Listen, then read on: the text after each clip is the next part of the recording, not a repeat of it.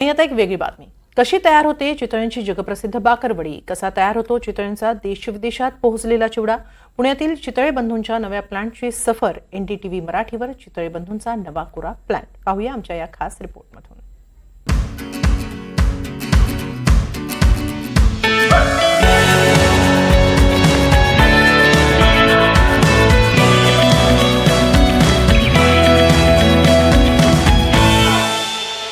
नमस्कार, मी राहुल कुलकर्णी. बरोबर ओळखलं तुम्ही. चितळे बंधू तुमच्या आणि माझ्या मनात असलेल्या जी बाकरवडी तुम्ही खाल्लीच आहे, काजू कतली पण खाल्लेली आहे. तर सो आज आपण चितळे बंधूंच्या जिथे प्रत्यक्षात ह्या सगळ्या गोष्टींचं उत्पादन होतं तिथे आलोत. श्री इंद्रनील चितळे, तुमचं स्वागत आहे. नमस्कार. तुम्हाला थँक्यू फॉर 75 वर्ष तुम्ही ह्या व्यवसायात आहात. येस. पण एक नवीन गोष्ट तुम्ही केली आहे. बरोबर. नवीन एक आउटलेट. काय? नवीन आउटलेट नाही, एक नवीन कारखाना तिकडे उभा केलेला आहे. तर त्याच्यामुळे त्या दृष्टीने तिकडे आज येणार तुम्ही ऑफिशियली पहिले visitor. So most welcome. Okay. किती दिवस लागले याला? सो जवळपास 2 वर्ष लागली हे पूर्ण प्रोजेक्टला, कारण की ग्रीनफील्ड प्रोजेक्ट होतं. तर त्यामुळे चालू करून सगळं होऊन त्या कमिशनिंग होईपर्यंत 2 वर्ष गेली त्याला. सहजासहजी परवानग्या मिळाल्या सगळ्या? काय जो वेळ लागायचा तेवढा लागतोच I think. So I think construction आणि कमिशनिंग वाईज आम्ही आमच्या टाइमलाईन्स मॅच केल्या. बाकी आता काही गोष्टी ज्या आहेत त्या प्रोसिजरल आहेत, त्याला तेवढा एरर असतोच, तो फॅक्टर केला पाहिजे. सो इंद्रनील यांचा जो पोशाख आहे ना, तो मलाही घालावा लागेल, की त्याची पहिली गरज आहे ना इंद्रनील. हो, अगदी बरोबर. राईट. कारण आपण प्रोडक्शन एरियाच्या आत जाणार आहोत, तर त्या दृष्टीने बाहेर ते कंटॅमिनंट जाऊ नयेत म्हणून. पण आता हा नवीन कारखाना, मी जाणीवपूर्वक आउटलेट हा शब्द वापरला, पण छोटी आणि मोठी गोष्ट लोकांना कळली पाहिजे. सो हा नवीन कारखाना झाला तर किती लोकांना एम्प्लॉयमेंट आणि तुमच्या व्यवसाय वृद्धीमध्ये काय होईल? सो आम्हाला असं दिसतंय की याच्यातून आमची जवळपास तिप्पट कपॅसिटी वाढते. तर तिप्पट कपॅसिटी वाढल्यामुळे नॅचरली आहे त्याच्या 2.5 तिप्पट टर्नओव्हर वाढेल अशी अपेक्षा आहेच. आणि त्याचबरोबरीने दुसरा जो एक भाग दिसतो तो असा आहे की याच करता पहिल्या टप्प्यात साधारण एक 250 अधिक लोकांना रोजगार उपलब्ध होईल. आणि त्याबरोबरीने फुल फ्लेजेड ऑक्युपन्सीला पुढच्या 2 वर्षात आम्ही गेलो की तर या पूर्ण रांझे प्रकल्पात हजारोहून जास्त लोक काम करत असतील. आणि तुम्ही ऑलरेडी युरोपात गेलेलेच आहात, अमेरिकेत आहात. करेक्ट. बरोबर. तुम्ही पाहिलं तसं Australia, Europe, south east Asia, America, Dubai सगळीकडे आपला प्रेझेन्स आहेच आहे. आणि तेच दाखवणार आमची भिलवडी पासूनची सुरुवात. हा, हे बघा, भिलवडी विलेज पासूनची सुरुवात ती, आणि ते आज कुठे कुठे पोहोचलं. Dubai, mural. राईट. आणि 100-200 पेक्षा अधिकचे प्रोडक्ट. बरोबर. अगदी 200 पेक्षा 200 अधिक प्रोडक्ट आणि 500 अधिक SKU असे. पण आजही USP बाकरवडीच आहे. अगदी बरोबर. की आणखी कुठल्या जास्त प्रोडक्टला? ड्रायव्हर प्रोडक्ट म्हणून बघायला गेलं तर बाकरवडी आमचा ड्रायव्हर प्रोडक्ट आहे. आता त्याच्याच बरोबरीने किंवा तेवढ्याच संख्येत आता काजू कतली पण विकली जाते, गुलाबजाम तसेच विकले जातात, बिंच बार आता तसे वाढले आहेत. सो आता ते पण डी रिस्किंग कसं करायचं याच्यावरती आम्ही फोकस करतोय. सो पहिल्यांदा TV वरती, सोशल मीडियावरती ते बरेचसे व्हिडिओ तुम्ही बघितले असते. एक वॉक द टॉक आपण करूया, एक टूरच करूया की चितळेंच्या फॅक्टरीत बाकरवडी आणि काजू कतली बनते कशी. So let's go. Yes.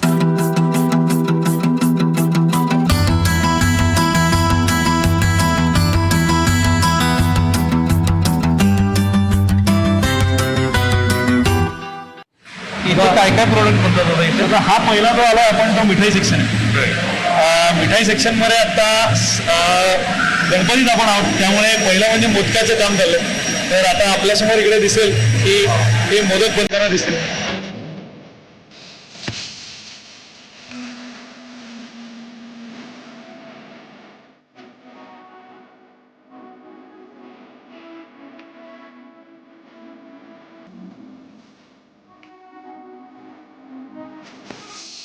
He kaju katli banks आहेत, या बँक्स मधून हा प्रोडक्ट इकडे तयार होतो आणि तो तयार होऊन त्यात केलेलीच काजू कतली बाहेर येते.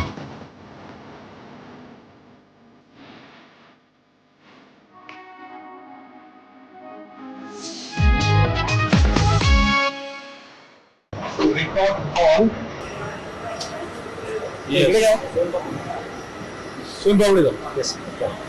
आता इथे रिटॉट जी प्रोसेस मी मगाशी बोललो तर ती इकडे चालते, आणि त्याचबरोबर हा सगळा पॅकेजिंग सेक्शन आहे. तर त्याच्यामुळे आता जी सोनपापडी बनते तर ते सगळं बनवायचं काम आता इकडे चाललंय, कारण त्याचं पॅकेजिंग आता सुरू आहे. कुठे आहे सोनपापडी? आज जाऊ आपण. सोनपापडी बनवायला एअर कंडिशन हॉल लागतो, त्याच्यामुळे ते वेगळं फुल सेक्शन असतो की जो इकडे येतो. ही सोनपापडी.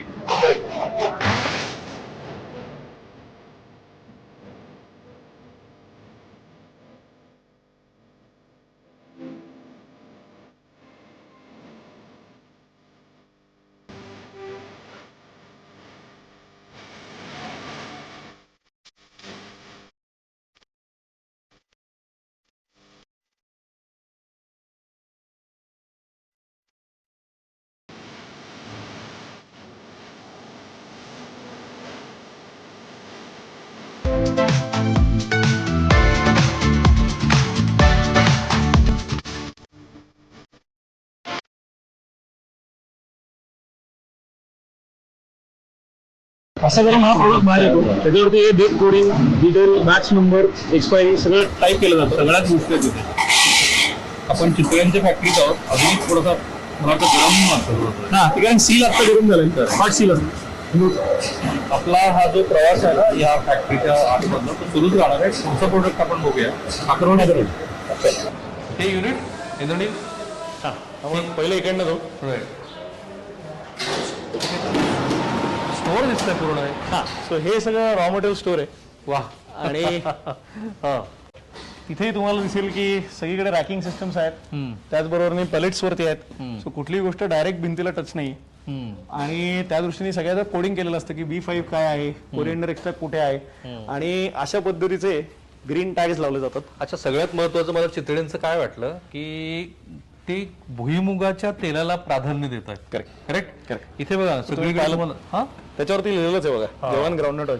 राईट. सो आता हे ग्रीन टॅग्स जे असतात हे टॅग्स महत्वाचे असतात आणि हे प्रत्येक गोष्टीला असतात. आता रिफाईंड ग्राउंडनट ऑइल इकडे पण लिहिलेलं आहे. तर त्याच्यामुळे त्या दृष्टीने ते जे ग्रीन आहे तेच ऍक्सेप्ट करायचं, अशा पद्धतीने कुठेतरी एक त्याचा नॉर्म आहे.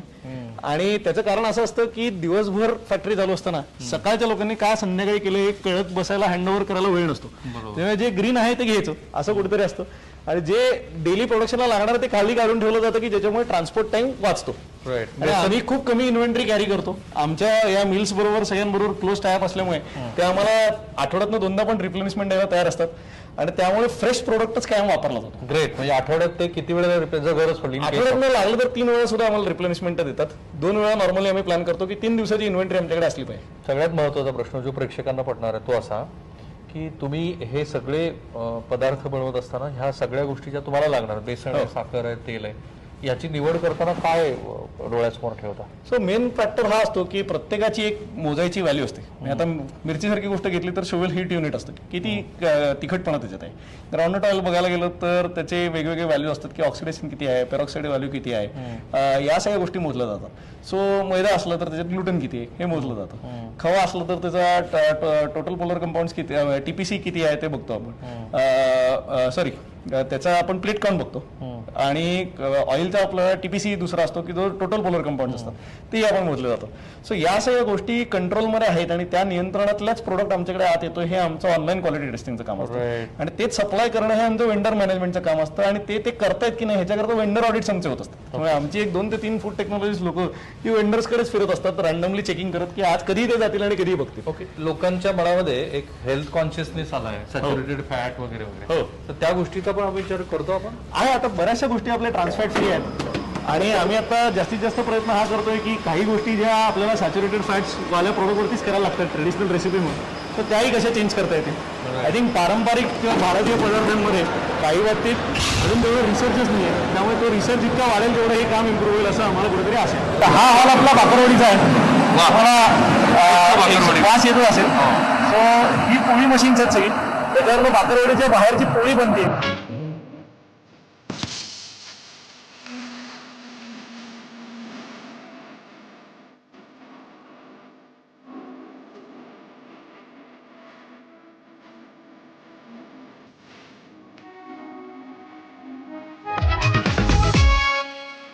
ज्याला आपण वाढता वाढता वाढे असं म्हणतो ना, तसं चितळ्यांचा व्यवसाय वाढतोय. आणि इंद्रनील ही नवीन फॅक्टरी, ही नवीन फॅक्टरी आज ऑफिशियली नवीन फॅक्टरीतले पहिले व्हिजिटर तुम्ही आहात. आणि तुम्ही त्या खाली जाता इकडे ट्रायल आणि कमिशनिंग चालूच आहे. सो महत्वाची गोष्ट काय की पुढच्या काळात कस्टमर्सना अजून ट्रान्सपरन्सी मिळावी या पद्धतीने आम्ही ही जी व्ह्यूइंग गॅलरी जिथे आपण उभे आहोत ही बनवलेली आहे. So I can see. आणि ही तुम्ही बघू शकता आणि कस्टमर्स पण पुढच्या काळात येऊ शकतात. बरं. की जिकडे आपण आता कसं सगळं जॅकेट घातलं, सगळं मास्क घातलं, काही न घालता तुम्ही आयसोलेटेड फ्रॉम प्रोडक्शन प्रोसेस सगळी प्रोडक्शन तुमच्या डोळ्यासमोर बघू शकता. आणि ह्याच्याकरता आम्ही आता ह्याच्यात एक ऑग्मेंटेड रियालिटीचा एक्सपिरियन्स पण बांधतोय की जिकडे सेल्फ गायडेड टूल्स कस्टमर डिसेंबरपासून करू शकतो. त्यामुळे त्या दृष्टीने आमचा प्रयत्न झाला. कस्टमरने स्वतःच आपण जे काही खात आहोत ते बघावं आणि त्यातनं स्वतःचं मत बनवावं. आमचा हेतू हाच आहे की ट्रान्सपरन्सी ही फूड बिझनेसेस करता पुढच्या काळात खूप क्रुशियल राहणार आहे. त्यामुळे जितके ट्रान्सपरंट आम्ही आमच्या प्रोसेसेस बद्दल राहू तेवढं आमचा कस्टमरचा आमच्यावरती विश्वास राहील. सचिन यांनी जाहिरात शूट कुठे केली? स्टुडिओमध्ये केली? मुंबईला स्टुडिओत केली. चांगली भन्नाट कल्पना तेंडुलकरांची. त्यामुळे आता हे ताजं इक्विपमेंट तुम्हाला दिसत असेल. आता जुने इक्विपमेंट इकडे थोड्या दिवसात शिफ्ट होईल. गणपती संपले की ह्या 2 आणि मग ते चालू line अजून 2 लाईन येतील, म्हणजे 3 टोटल लाईन असतील. राईट. सो थांबूया इथे आपण. मला खात्री आहे की ही जी चितळे यांची फॅक्टरी तुम्ही आज बघितली, फॅक्टरी ही वेगळ्या अर्थाने मी बोलतोय, प्रोडक्टिव्हिटी अशा अर्थाने, प्रोडक्शन अशा अर्थाने, ती तुम्हाला आवडलीच असेल. कारण आपण तर सगळेजण चितळे, तुमचं तर टॅगलाईन काय? नात्यातला गोडवा जपतो. आणि हे नात्यातले गोडवा जपणारे आज NDTVवरती पहिल्यांदा आले. त्यांनी फार तपशीलवार सगळं सांगितलं. मला खात्री आहे की आमचा हा प्रयोग तुम्हाला आवडतोय. तरीसुद्धा तुमची जर स्वतःची काही मतं असतील तर ते जरूर कळवा. ज्या कमेंट्स आहेत त्या कमेंट्स मी इंद्रनील यांच्याकडे फॉरवर्ड करेल, तेही स्वतः बघतील आणि त्याप्रमाणे फीडबॅक घेतील. प्रयत्न हाच आहे की मुख्य प्रवाहातली माध्यमं आत्ता जे काही करतात त्यापेक्षा वेगळं आपण करू, जी आपली महाराष्ट्राच्या पत्रकारितेची खासियत आहे. आणि इथून पुढे सुद्धा तुम्ही अशाच पद्धतीचे प्रयोग तुम्ही बघणार आहात. तुम्हाला आमच्या या प्रयोगाबद्दल काय वाटतं ते जरूर कळवा. मी आणि NDTV सर्व सोशल मीडिया प्लॅटफॉर्मवरती आहोत. आम्ही ट्विटरला आहोत, आम्ही इंस्टाग्रामला आहोत, फेसबुकला आहोत, ऑब्व्हियसली यूट्यूबला आहोत, एक्सवरती आहे. फॉलो करायला लागा. थांबूया. कॅमेरावर निकेतन माळेचा मी राहुल कुलकर्णी, NDTV मराठी, पुणे.